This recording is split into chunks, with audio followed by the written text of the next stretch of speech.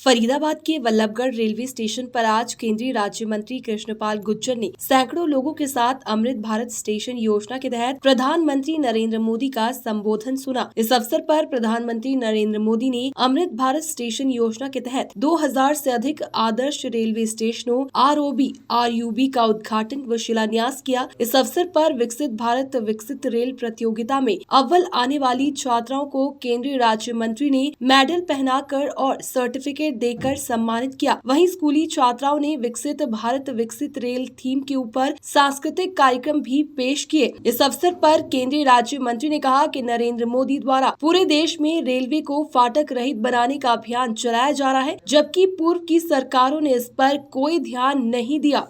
Redevelopment और 1500 मानव रहित फाटक के ऊपर रोड ओवरब्रिज या रोड अंडरपास बनाने का आज शिलान्यास और लोकार्पण किया है। इससे पहले फर्स्ट फेज में इसी तरह 508 रेलवे स्टेशन को रीडेवलपमेंट का काम भी तेजी के साथ शुरू हो गया है। यानी कि देश में रेलवे ने जो अभूतपूर्व गति के साथ सुधार हुआ है, कायाकल्प हुआ है, उसकी अपनी एक कहानी आप सबके सामने है।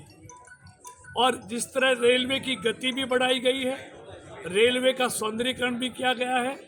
आप देखेंगे 10 सालों में 31,000 किलोमीटर नई रेलवे लाइन बनाने का काम हो, 40,000 किलोमीटर रेलवे लाइन का इलेक्ट्रिफिकेशन हो। ये अपने आप में एक बहुत बड़ी मिसाल है। आज जो एयरपोर्ट पे सुविधाएं हैं, वो भारत के रेलवे स्टेशनों पर वही सुविधाएं देश के लोगों को मिलेंगी। यानी कि विकसित भारत विकसित रेल की जो कल्पना लोग सोचते थे, आज वो उनकी आंखों के सामने साकार हो रही है। वंदे भारत, नमो भारत ट्रेन, अमृत भारत ट्रेन, आप देखिए किस तेजी से भारत में आज दौड़ रही है। तो ये पूरी कहानी है। उसी रीडेवलपमेंट के कार्यक्रम के तहत फरीदाबाद के रेलवे लोकसभा के रेलवे स्टेशनों को भी रीडेवलपमेंट का काम बहुत तेजी से पहले शुरू हो गया। फरीदाबाद का 262 करोड़ की लागत से, और आज माननीय प्रधानमंत्री जी ने न्यू टाउन और बल्लभगढ़ और पलवल का, इन तीनों रेलवे स्टेशनों को 129 करोड़ की लागत से रीडेवलपमेंट का कार्य आज शुरू हुआ है।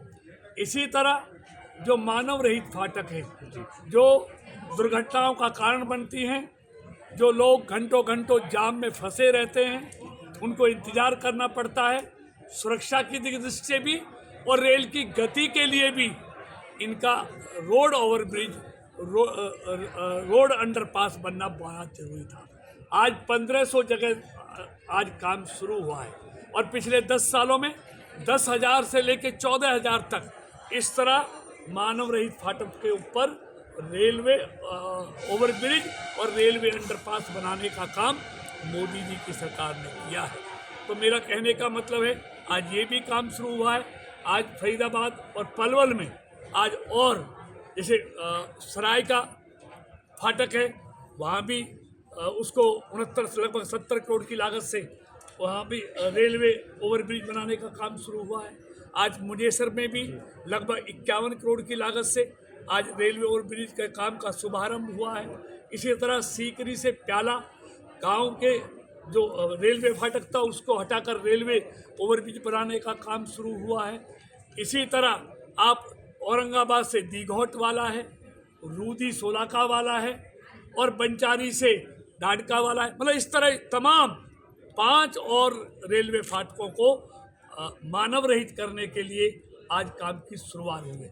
कुल मिलाकर 776 करोड़ की लागत से फरीदाबाद में रेलवे डेवलपमेंट के काम शुरू हुए हैं। और आज मैं आपको एक और खुशखबरी देता हूं, जो NH90 है, जो पहले NH2 होता था, उस पर भी बल्लभगढ़ में वहाँ के हमारे लोकप्रिय विधायक और हरियाणा सरकार के वरिष्ठ मंत्री, उनकी मांग पर जो रेलवे ओवरब्रिज है वहाँ पर, वो 4 लेन का है। उसका हमने टेंडर लगा दिया है, अगले हफ्ते उसका हम शिलान्यास करेंगे। वो लगभग 100 करोड़ की लागत से उसको हम 7 लेन का बनाने जा रहे हैं। और जो जेसीबी पर जाम लगता है, जो अनाज मंडी पर जाम लगता है, वो इतना हमने लंबा बना रहे हैं कि दोनों जगह जाम से मुक्ति मिलेगी और यहाँ पर सुगम यातायात आगे होने वाला है। इसी तरह आज अब से पहले 21 करोड़ की लागत से हमने बगोला में जो अपना जो अंडरपास है, व्हीकल अंडरपास है, उसका काम शुरू कर दिया है। और आज हम मीत रोल औरंगाबाद में लगभग 55 से 60 करोड़ की लागत से वहाँ भी वीयूपी व्हीकल अंडरपास का आज शिलान्यास करने जा रहे हैं। इसी तरह मुड़कटी है, मुड़कटी में भी हम जो चौक है, बहुत दुर्घटनाएं होती हैं, वहाँ भी आज लगभग 30-35 करोड़ की लागत से आज हम व्हीकल अंडरपास का आज शिलान्यास करने यहाँ के बाद वहीं जा रहे हैं। मतलब फरीदाबाद को भी चाहे हाईवे का माध्यम हो, चाहे रेलवे ओवरब्रिज हो, रेलवे अंडरपास हो, व्हीकल अंडरपास हो, एक सुगम यातायात हमने यहाँ पर किया है। एक की जगह 4 नए नेशनल हाईवे लेके आए हैं। फरीदाबाद की कनेक्टिविटी को बेहतर किया है, फरीदाबाद की स्वास्थ्य सुविधाओं को बेहतर किया है, फरीदाबाद के इंफ्रास्ट्रक्चर को हमने अच्छा बनाया है।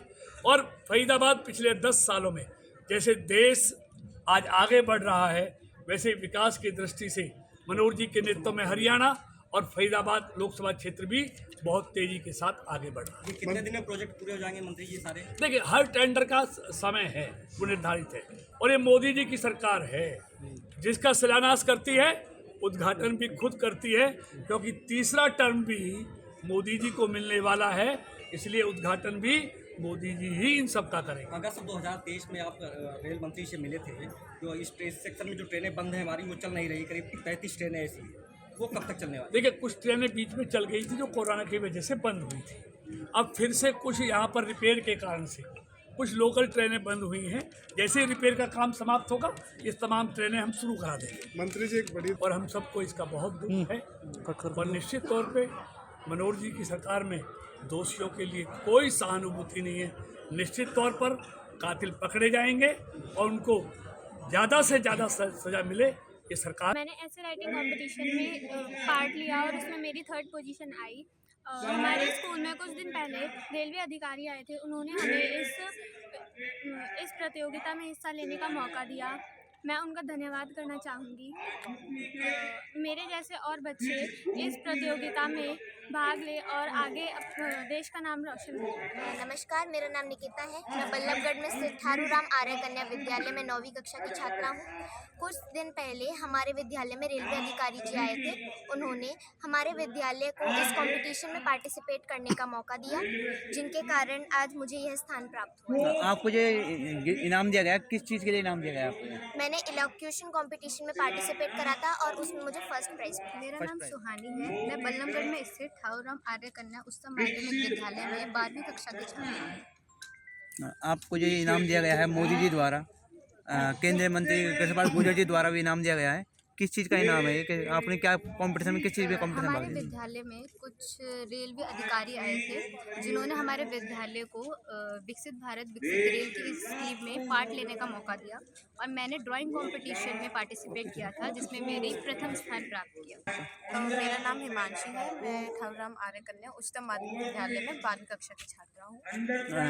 मीनाक्षी हिमांशी हिमांशी जी, आपको ये इनाम दिया गया है मोदी जी द्वारा, किस चीज़ में आपने क्या कंपटीशन में भाग लिया था जो आपको ये इनाम दिया गया है?